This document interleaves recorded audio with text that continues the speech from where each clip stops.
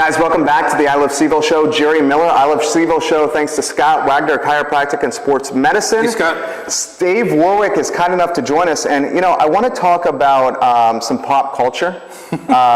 Dave Warwick, if you spend time with him, say at Three Notch or at a tap room, he's going to eventually do a few things in the conversation, okay? Correct me if I'm wrong. He's going to gear it to some kind of trivia. He's going to gear it to sports of some kind. And he's going to gear it to pop culture of some kind, or of course beer. Sure. Of course beer. And I love all those topics. I do. Okay, all those topics are mine. Let's first start with pop culture, man. You're obviously a Seinfeld fan. Huge Seinfeld. I love Seinfeld with all my heart. What's your top 3 TV shows? Spanning my whole life? Top 3. Seinfeld, I'd have to say Sports Center. I've got to throw Sports Center in there. Seinfeld, Sports Center. I'll take it back to my childhood and say G.I. Joe. G.I. Joe. I loved that show. Every Saturday morning was G.I. Joe. You're a Dan Patrick guy? No. Now who?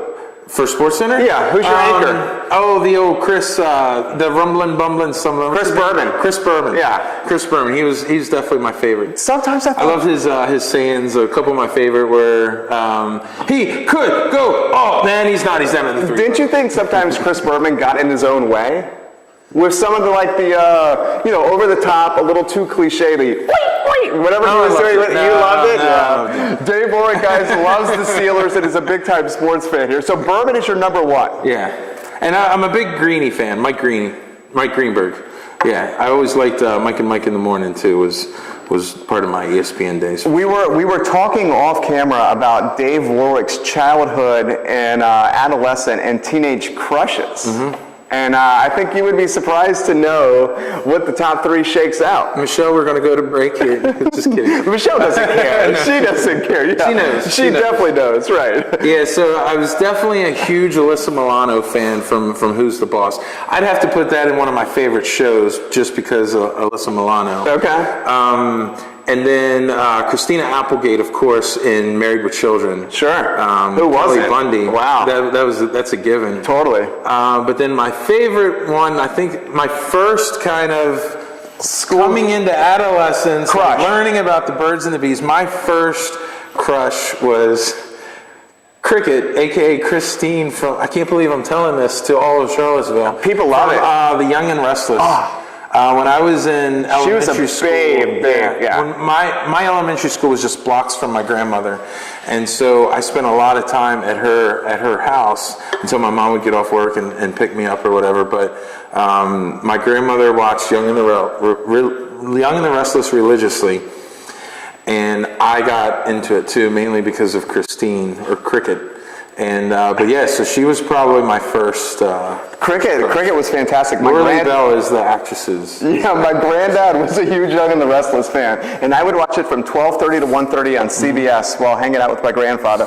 And I also thought the same about Cricket as well. For me, it was Kelly Kapowski. Really? So yeah, I was more Jesse Spano, which is a minority for me. Interesting. That's another thing that people make fun of me about. Then I was more Jesse Spano. Why more Jesse Spano? Was it the because I was more attracted to her. Well, I know, I get that. I know. Was it more like Jesse Spano and Showgirls or Jesse Spano and Saved by the Bell? Showgirls might have something to do with it.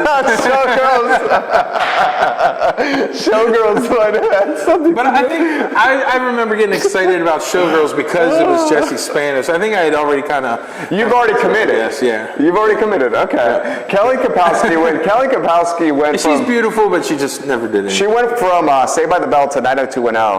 I made that transition with her. And I was really nice. I'm making that transition with her. But his Seinfeld affinity, I also share that affinity. Your favorite character, I've got to guess. Can I guess? Sure.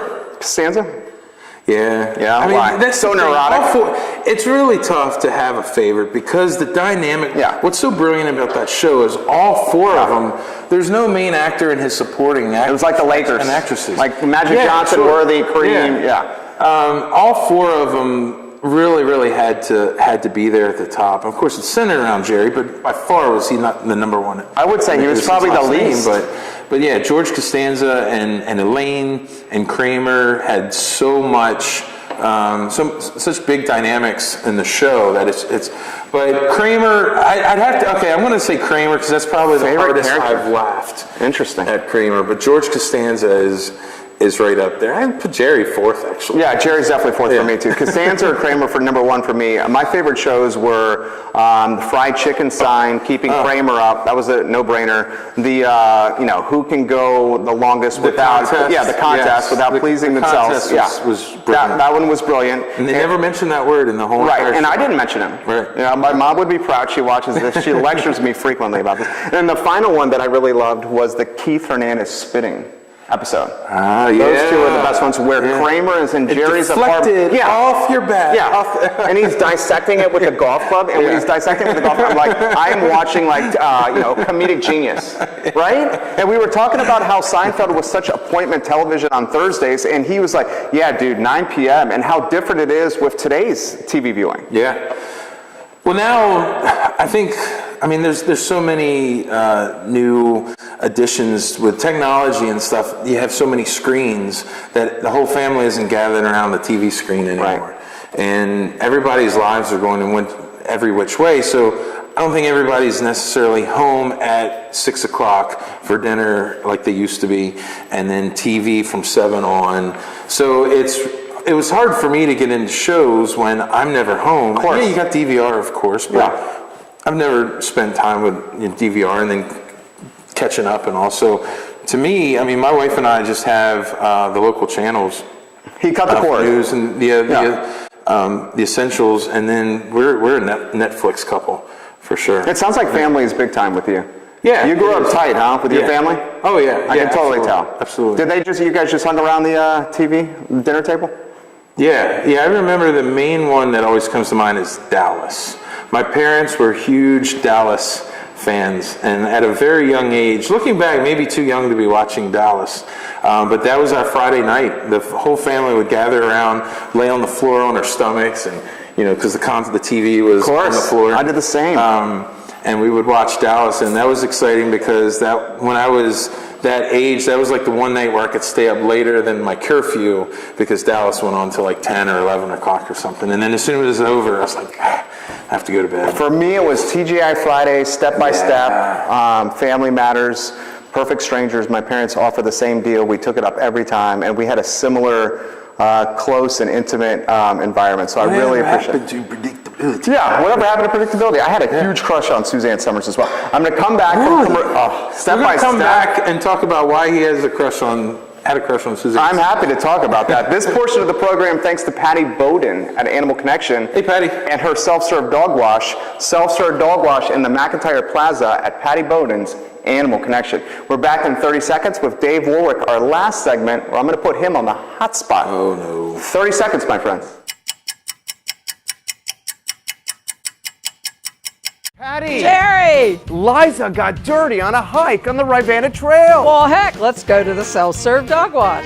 The Animal Connection self-serve dog wash is even easier than I thought. It's clean, convenient, and we use all natural products. My dog comes in dirty and comes out clean, and I can come in anytime I want. We treat your dogs like family at Animal Connection. When your dog gets dirty, walk on in to Animal Connection self-serve dog wash. And as always, bark local.